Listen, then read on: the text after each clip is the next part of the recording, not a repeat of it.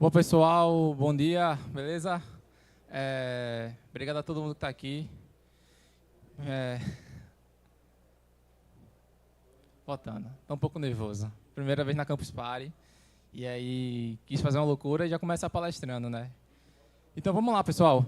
Hoje o tema que eu quis trazer é sobre a questão da reatividade em frameworks modernos.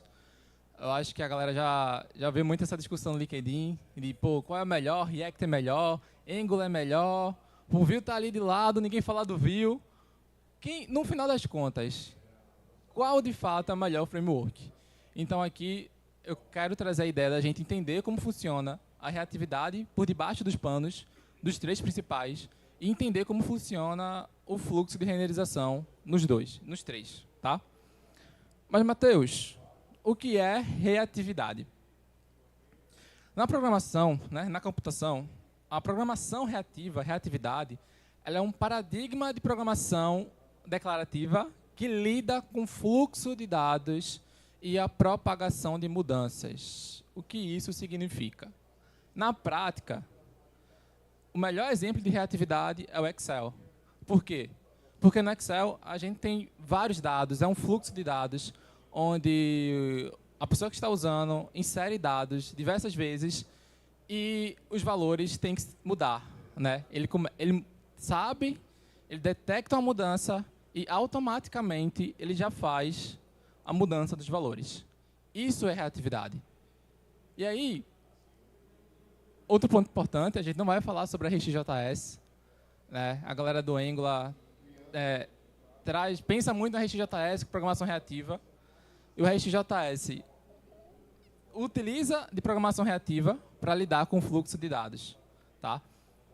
E aí, pessoal, voltando um pouco, reatividade é isso. Tem um fluxo de dados, há uma alteração do usuário, há uma ação do usuário, e automaticamente a gente precisa mudar o estado e atualizar a tela, beleza? E hoje, basicamente, esse é o fluxo que acontece em qualquer UI, né, em qualquer site. Né, a gente tem a DOM, o usuário ou até o HTTP faz uma ação, coloca um gatilho, um evento, e aí essa ação faz uma mudança de estado que muda os valores que está no estado, no JavaScript, e aí a reação é re-renderizar a nossa view, certo? E aí, pessoal, a nossa aplicação reage às mudanças de estado e atualiza a UI. É basicamente isso a reatividade hoje na web. E cada framework, tá? O Angular, o Vue e o React, eles tratam isso de uma forma diferente, né? Então, o Angular muda a tela de X forma, o React Y e o Vue Z. E essas formas diferentes, algumas vão ter mais desempenho, vai ser abordagens diferentes, e aí eu quero trazer um pouco de cada um aqui para a gente entender, tá? Como funciona. Então, vamos lá. O primeiro exemplo que eu quero pegar é sobre o Angular, tá? Vamos lá. Deixa eu trazer aqui para o código. Vamos lá, pessoal. Todo mundo está conseguindo ver bem direitinho? Show. Vamos lá. Deixa eu iniciar o servidor aqui. E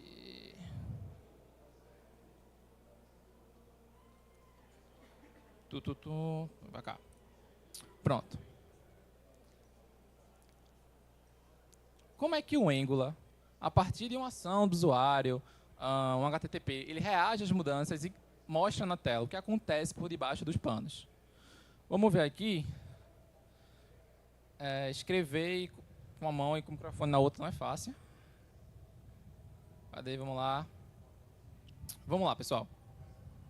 Deixa eu mostrar aqui, ó.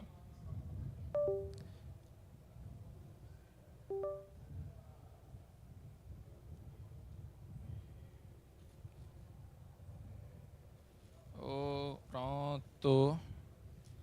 Vamos lá. Aqui no Angular, eu tenho uma aplicação Angular e eu tenho três componentes, tá? O primeiro é o root, que é o pai, que é o Hello Campus Party Nordeste Angular.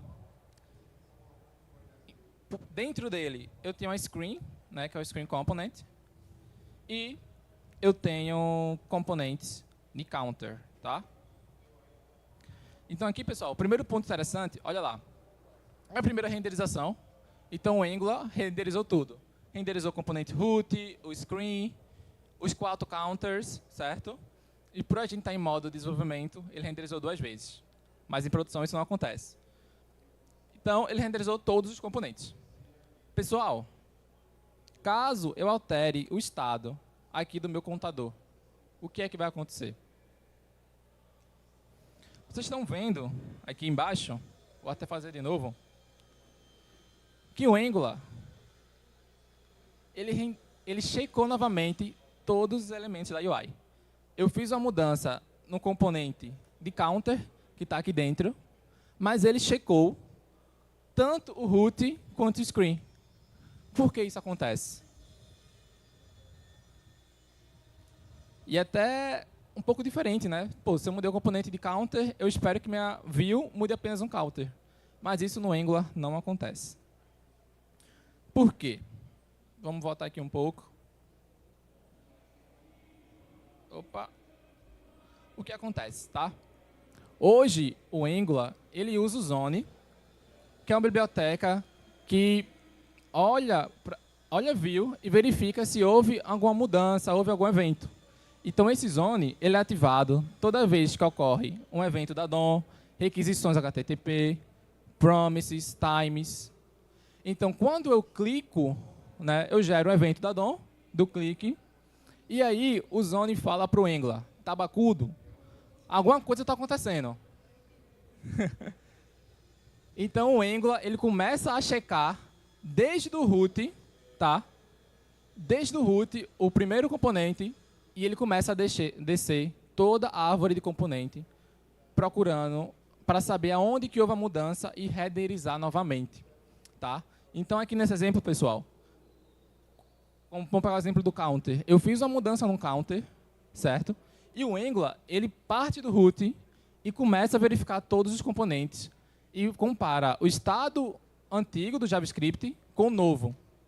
E a partir disso, ele vê, pô, bota aqui, olha, ele checou tudo, depois que ele checou tudo, ele viu que a mudança foi naquele componente, e aí ele aplica as mínimas mudanças. Então, ele altera o mínimo, mas ele checa o todo, tá? E isso é um grande problema. Vocês vão ver muita gente discutindo, quando for comparar o Angular com o React ou Vue, que o desempenho do Angular é inferior comparado com os outros. E realmente é, tá? Esse exemplo aqui ele é péssimo. E aí, pessoal, a gente tem umas formas alternativas de mudar isso, tá? Que é a questão do Change Detection, Observables e Zonelers, que hoje é o foco principal do time do Angular, que é tirar essa biblioteca, tá? Do Zone, e eles estão bem encaminhados com isso. Então é por isso, né, que quando a gente vai estudar Angular, é muito importante também estudar RxJS, porque ele evita que fique essa checagem toda vez que ocorre um evento da DOM, requisição. Imagina, cada ação do usuário, cada HTTP que você chama, ele vai rodar tudo de novo para poder mudar um pequeno trecho. Não faz sentido isso, sabe? Então aí, pessoal, é basicamente essa questão do Angular, como funciona por debaixo dos panos, tá? Trazendo agora um pouco para o React. O React ele já muda um pouco. Uma coisa importante falar é que funciona no modo cascata, né? O Angular ali tem uma mudança ali, foi do app e começa a descer por todos os níveis. O React ele tem uma coisa parecida com cascata, mas já é mais inteligente. Deixa eu aqui vir para o React, npm run dev. Tá. Quando a gente vai para o React, vamos lá, a gente vai ter o mesmo exemplo, tá? A mesma estrutura no React. A gente tem um componente root, um screen e um counter. Deixa eu vir para cá. Falar, escrever, não é fácil. Vamos lá, vamos lá. Aqui, ó. Temos componentes, meu counter, tá? Meu screen. E o meu app aqui, ó, que só tem uma única screen. E aqui tem a mudança, é um H1 só. É o mesmo modelo do Angular e no Vue vai ser a mesma forma, tá? Vamos lá. E agora, pessoal? Quando apertar no counter, o que vai acontecer? A gente teve a primeira renderização, que tem que renderizar tudo. E agora, quando eu apertar no counter, olha que legal. A única mudança que ele fez foi no componente counter. E, pô, já começa a fazer mais sentido. Se eu estou mudando o estado de um componente, por que eu vou alterar o estado dos outros componentes acima? Não faz sentido. Mas vamos lá. Se eu alterar agora do screen component, o que acontece? Vou até apagar aqui o log. Olha que interessante. Agora, pelo componente pai ter mudado, ele re-renderizou os componentes filhos. Porque o React, ele é mais inteligente que o Angular, mas ele não sabe ainda dizer se os componentes filhos dependem da propriedade do pai. Então, ele re-renderiza tudo. O Angular, ele sabe que alguma coisa aconteceu. Qualquer evento, ele sabe que algo aconteceu. Mas ele checa tudo novamente, porque ele não tem ideia nenhuma do que mudou. O React, ele já tem uma ideia. Tá? Então, aqui, ó, toda mudança que eu faço, renderiza tudo. E aqui, apenas o contador. E aqui, pessoal, se eu pegar o exemplo novamente, vamos aqui pegar React. O gatilho inicial, aqui já muda. É o programador que diz para o React fazer a re-renderização. Então, toda vez que a gente usa o setCount, por exemplo, usa um useState, a gente precisa usar a função de set para mudar o valor. Então, aqui já é diferente. Aqui é o programador que diz para o React, olha, muda o estado para mim, por favor. Então, depois que ele manda isso, o React atualiza o estado. Após atualizar o estado, ele re-renderiza utilizando a Virtual DOM. E o último é aplicar um mínimo de mudanças. Então, a gente já vê uma inteligência no React. Então, caso eu mude o overview, que no nosso caso foi o screen, ele vai apenas re-renderizar os filhos. Beleza? Então, aqui essas outras partes, ele já não re-renderiza, ele não checa se houver alguma mudança, apenas atua nessa parte. Tá? Beleza.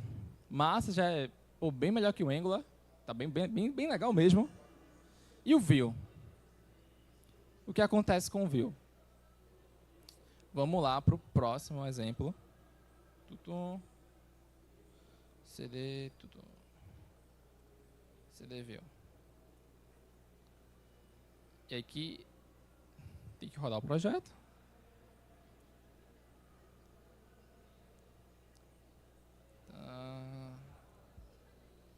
Pronto, show.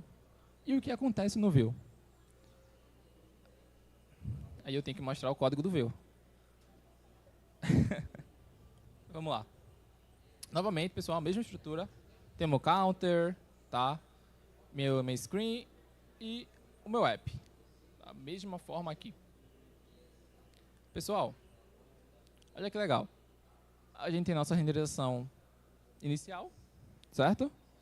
E agora, quando eu mudar o counter, ele faz a mudança, como o React também, beleza? E agora, quando eu mudar o componente screen, o que é que vai acontecer?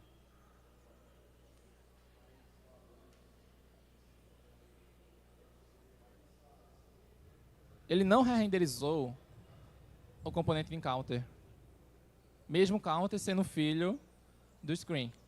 E se eu mudar o root, componente raiz, não re-renderizou nada.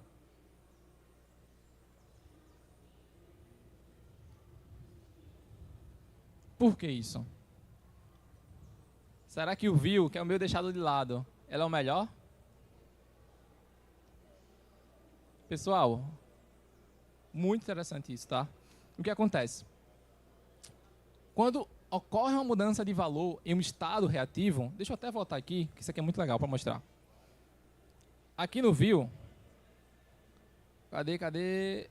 Opa, mais para cima. Aqui no Vue, a gente usa esse wrapper por volta, né, o reactive, que é um valor reativo. O que acontece? Quando um desses valores muda, tá? Esse é o gatilho inicial. E aí ele vai adicionar no state do JavaScript, só que tem um proxy do view, tá? Por volta ali do state. Então ele gerencia, ele ministra e conversa ali com o view. Então o view ele traz essa camada a mais para ter essa inteligência. Então ele executa a renderização no modelo de grão, né, fine-grained, e aí ele aplica um mínimo de mudanças. Basicamente, imagina, todo mundo aqui assistiu Homem-Aranha, Aranha-Verso, do Miles Morales? É tipo uma teia de aranha, aquele gigante lá, em que a gente tem um ponto, e quando a gente faz um estado reativo nele, e a gente utiliza na view, a gente vai criando ligações entre eles. Então, um ponto tem uma ligação com o outro. E é essa ligação que renderiza, que faz a re-renderização. Não é como o Angular e o React. Então, o Vue ele traz esse modelo de renderização que é muito mais performático e o desempenho é bem melhor. E muda apenas o necessário, o que importa, certo? E olha que legal. Quando a gente muda o estado de um valor reativo, por exemplo, no screen, né, que é o nosso overview, ele altera apenas esse componente, porque é um componente que tem uma dependência com esse estado reativo. E basicamente, o ponto importante também, que a partir da versão 16, tá, do Angular, ele introduziu esse mesmo tipo de re-renderização, que é com os signals. E se for fazer um comparativo, é muito parecido com o Vue. O mesmo modelo, a mesma forma. E aí, o Angular, a partir da versão 16, ainda tem o Zone, mas eles já estão tirando. Então, a gente está na versão 18, e nas próximas versões, acredito que já não vai ter mais essa questão dessa dependência da biblioteca e ter que renderizar tudo de novo. Tá? Então, pessoal, a partir disso que a gente viu o modelo de cada um. A pergunta final que fica é, qual é o melhor framework? Alguém chuta? Então, pessoal, eu pesquisei, procurei imagens, de alguma forma de mostrar de fato qual é o melhor. E, depois de muito tempo, essa imagem vai mostrar para vocês qual é o melhor framework.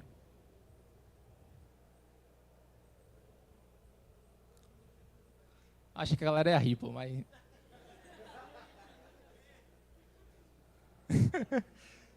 Esse... É difícil saber, né, qual é o melhor. E aí, acho que o ponto que eu trago, eu vou até ter tempo de mostrar, vai ser muito massa isso, que tem uma pesquisa que ele verifica a performance de cada um deles, tá? Deixa eu ver se eu consigo encontrar aqui para vocês. Aqui, ó.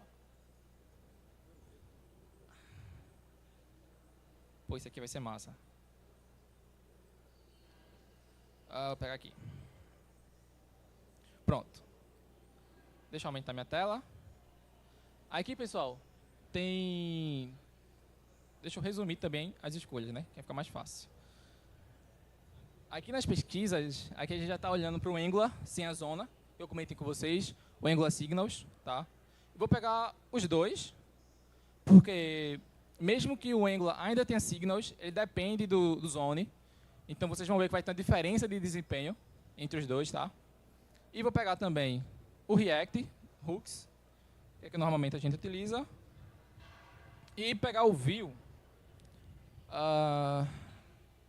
Aqui, a versão 3. Show. E aqui agora, será que o Sudemy fica melhor? Eu também estou do lado aqui, né? Pô, aí fica difícil para a galera.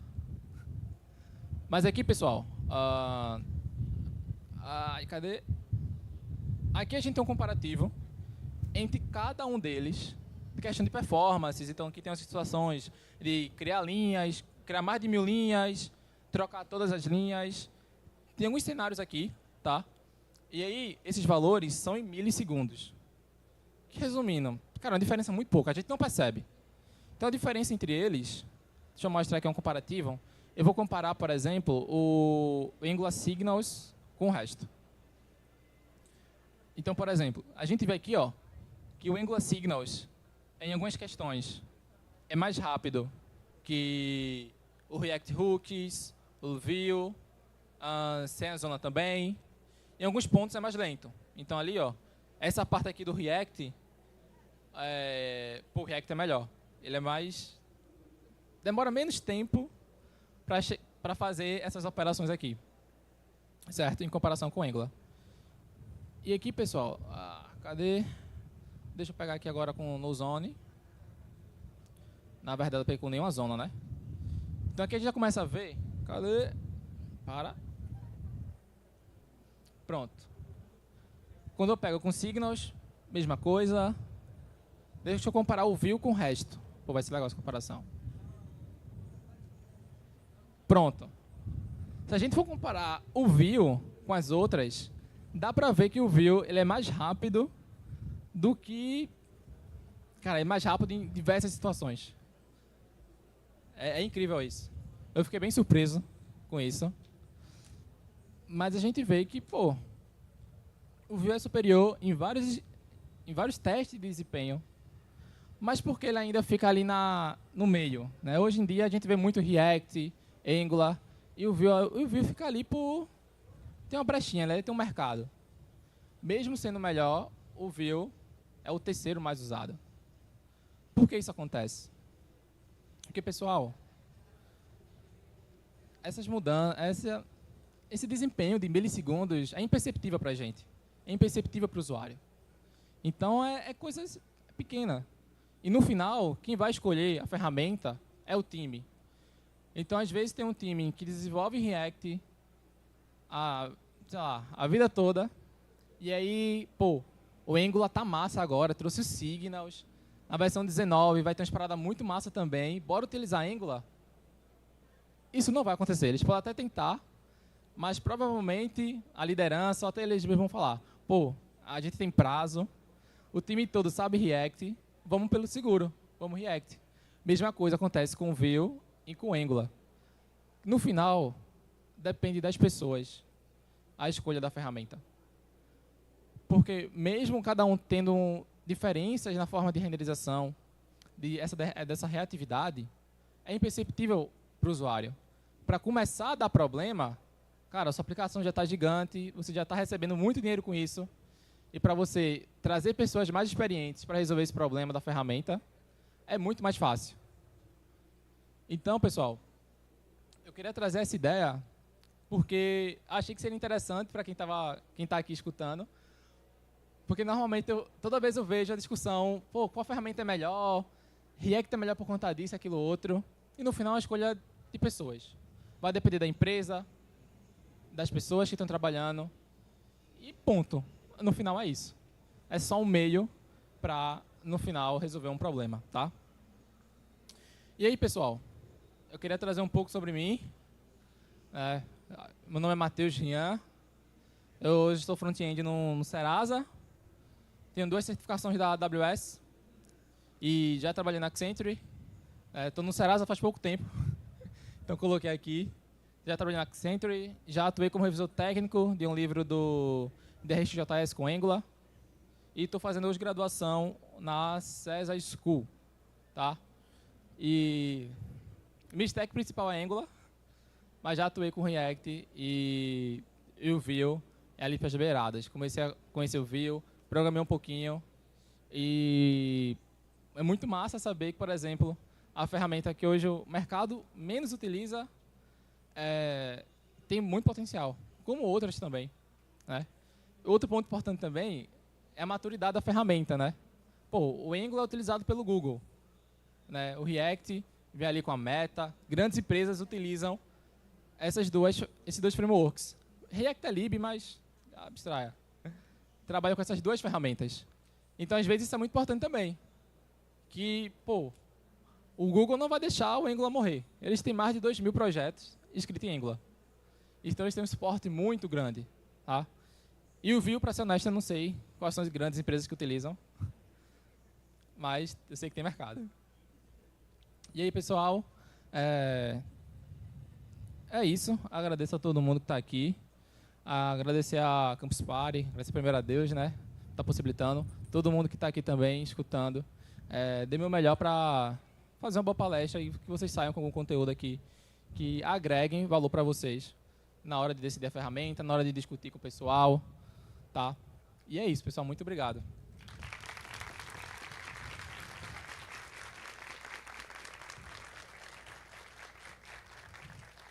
Alguém tem alguma pergunta?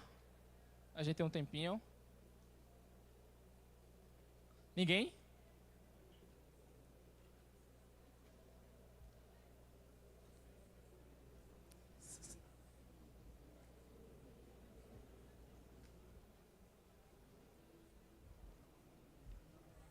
Obrigado.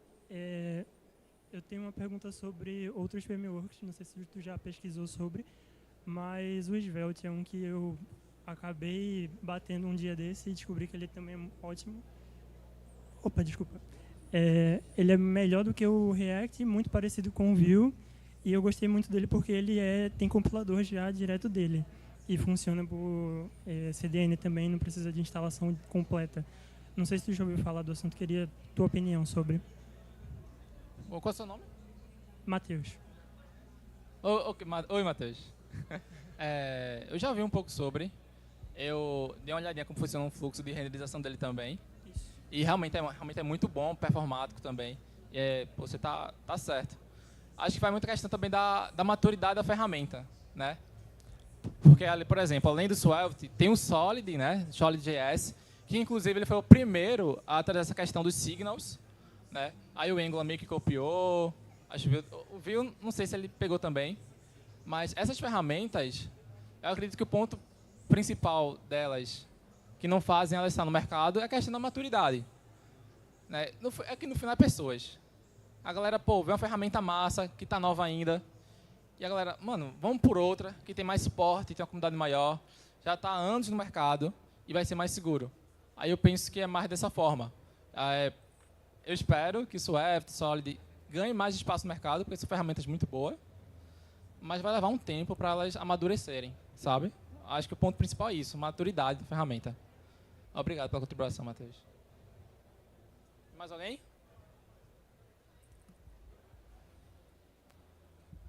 Bom dia. Quando você está lá desenvolvendo uma interface, alguma coisa, usando qualquer um desses frameworks, depois que você passa lá pelo processo de build, no final ele vai gerar um arquivo JavaScript, certo? Passei por uma palestra ontem em que o nome da palestra era o custo do seu JavaScript. Estava comentando em como muitas aplicações você joga ali para o computador do usuário, né, para o celular do usuário, um JavaScript que ele nem vai usar muitas vezes. Aí fica uma aplicação pesada, lenta. Isso é um problema.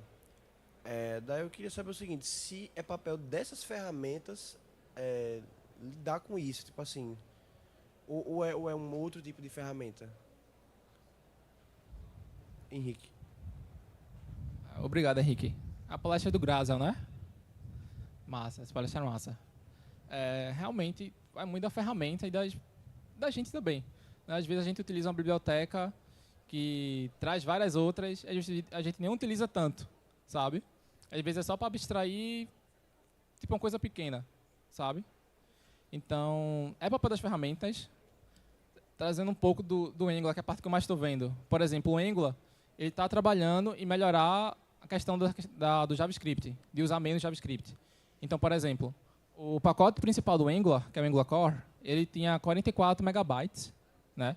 E aí estão diminuindo para 14 agora, 14 megabytes. Então as bibliotecas elas vão tentar sempre deixar performático, porque realmente muito JavaScript vai tornar a aplicação menos performática. Então é um papel tanto das libs quanto nosso, da gente ver, de entender, estou baixando várias bibliotecas aqui, será que faz sentido? Será que realmente eu preciso disso? Ou eu não consigo, sei lá, criar uma função que, por enquanto, vai resolver esse problema? Sabe? Aí é uma questão mais das bibliotecas, mas da gente também, como desenvolvedor. Obrigado.